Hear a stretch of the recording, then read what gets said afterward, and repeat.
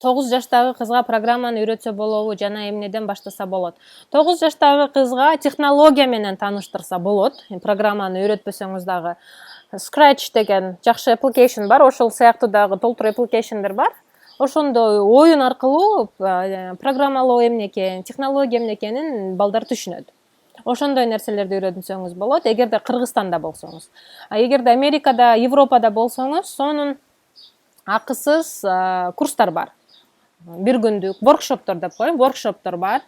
Алардын бири We All Code деген организациянын воркшоптору 5 жаштан өйдө кыздарга программалоо тилин оюн аркылуу үйрөтөт. Ал жакта мен дагы иногда катышып калам сабактарына, ментор катары, волонтер катары.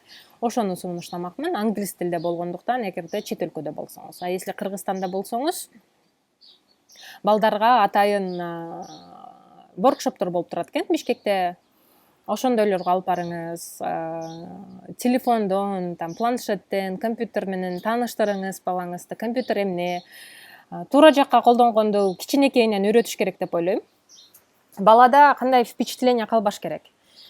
Компьютерден оюн ойносо болот, кино көрсө болот, мультик көрсө болот деген түшүнүк болбош керек деп ойлойм да. Аларда түшүнүк болуш керек. Компьютерде жумуш кылса болот, код жазса болот, компьютерден башка кызыктуу нерселерди кылса болот деген сыяктуучу. Бизде телефонду балдар башкача көрөт, оюнчук катары көрөт. Телефонду бул коммуникацияга, жашоону оңойлотуш үчүн, бизнес кылыш үчүн, акча табыш үчүн деп ойлошпойт да.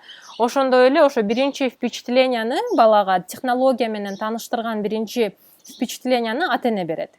Ошондой мамиле жасаш керек. Балага кичинекейинен түшүндүрүш керек, что бул это технология. Программалоо деген бул мында, бул компьютердин тили.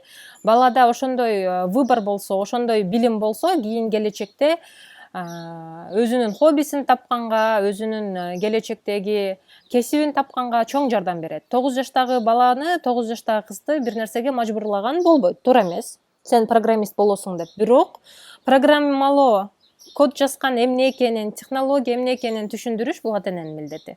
Ошого ар кандай воркшопторго кызыңыз менен чогуу барыңыз. Мен айтмакмын, ал ата-энеге да аябай кызыктуу болот. Ошо мен барган We All Code деген мурун офлайн болчу, ар кандай компаниялардын зданияларында выходной күндөр ошо компаниялар предоставлять этип берчү. Мен иштеген компаниянын офисине дагы келишкен балдар. Ата-энеси менен келет. Ал жерде 5 жашар, 6 жашар, 10 жашар, 11 ар кандай ошо 5-6 жаштан 17 жашка чейин балдар ата-энеси менен келген үчүн балдарга эмес, ата-энелерге да аябай кызыктуу болчу. Ата-энелер балдары менен отуруп алып, технологиянын жардамы менен оюндарды жасашып, ойношуп, бир жылдызчаларды сүрөт тартышып, дарактарды курушуп, код менен кылган нерсе ата-энеге аябай пайдалуу дагы болчу да. Ата-эне дагы таң калчу, ушундай нерсе кылса болот беле, ушинтсе болот беле, баласынын потенциалын көрчү. Менин балам мынчалык креативный экенин билбептирмин деген учурлар көп болгон. Ошого ата-эне чогуу үйрөнсө, ата-эне дагы көп нерсени үйрөнүп алат. Бул мындай современный технология болгон үчүн ар бир ата-эне деле ал жөнүндө маалыматы жок да. Ошого балаңыз менен, ошо кызыңыз менен чогуу ошондой программаларды көрүңүз.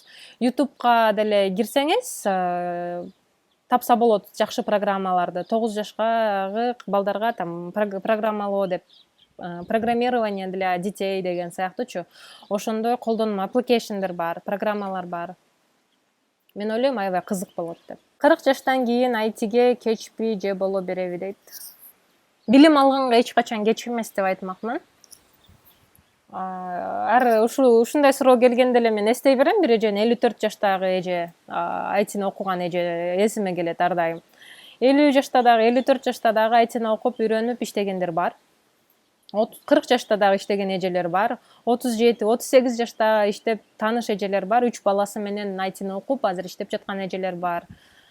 Эгерде аларга кеч эмес болсо, сизге деле кеч болбойт. IT жаңы окуп баштагандарга Java жакшыбы же Python жакшыбы дейт. Адамдын кызыкчылыгына жараша Python дагы, Java дагы. Экөө эки башка направление. Эгерде сиз бэкэнд программированияны үйрөнөм десеңиз, анда Java'ны үйрөнүңүз деп айтмакмын.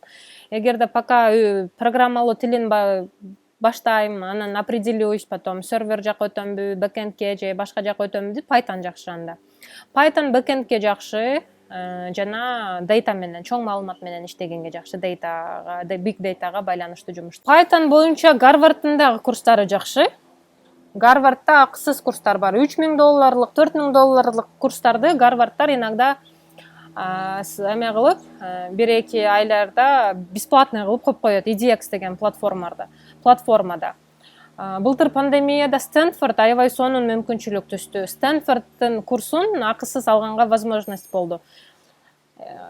Канча 7-8 миң бош орун болчу, 500 000 адам тапшырыптыр деп бир жерден окуп калдым эле.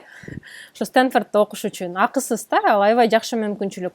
Ошондой нерселерди калтырбай окуп туруңуз. Азыр Гарвардда дагы менин оюмча Python боюнча бесплатный курс жүрүп жаткан. Ошону сунуштайм. Андан сырткары Coursera, Udemy'де ар кандай курстар бар.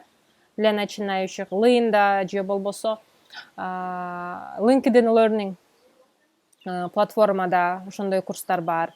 Linux Academy, Cloud Academy деген онлайн платформалар бар. Башында акысыз сабактардан баштаңыз демекмин. Ошо акысыз башталгыч курсту 2 ай болобу, 3 ай окуп бүтүп, код жөнүндө жакшы түшүнүк болуп калгандан кийин бир дагы полноценный курс алып окусаңыз болот. Англис тилинде мен айтып жаткан курстардын баары ошо EDX'ти карап көрүңүз демекмин. EDX ошо көбүнчө Гарварддын, MIT технологиядагы эң алдыңкы университеттердин бири. MIT'нин курстарын ошол жака киргизип калат. Ошол жерден алсаңыз болот. Оңойбу, кыйынбы деген жактан жаңы үйрөнүп баштагандарга онлайн бир аз кыйыныраак болот. Эмне дегенде ошибка чыкканда сураганга адам жок болот. Анын үчүн Google'дан издеш керек болот. Ошо ошибканы коюп, ар кандай IT комьюнитилер бар, ар кандай сайттар бар, где программист обсуждают өздөрүнүн проблемасын, жооп беришет. Ошого башында жаңы үйрөнгөндөргө онлайн өз алдынча окуган бир аз кыйын болот.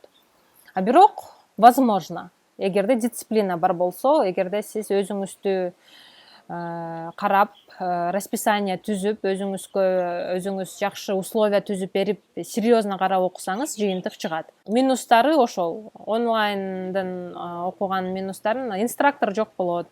Проблема чыкканда өзүңүз издеп табышыңыз керек болот. Иногда бир проблеманы чечиш үчүн 1-2 жума убакыт өтүп кетет.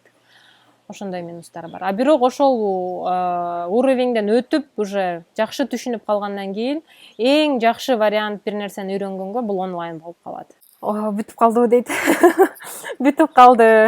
Ошого түз эфирди сактап, YouTube каналга жүктөп коем. Ошол жактан көрүп алсаңар болот.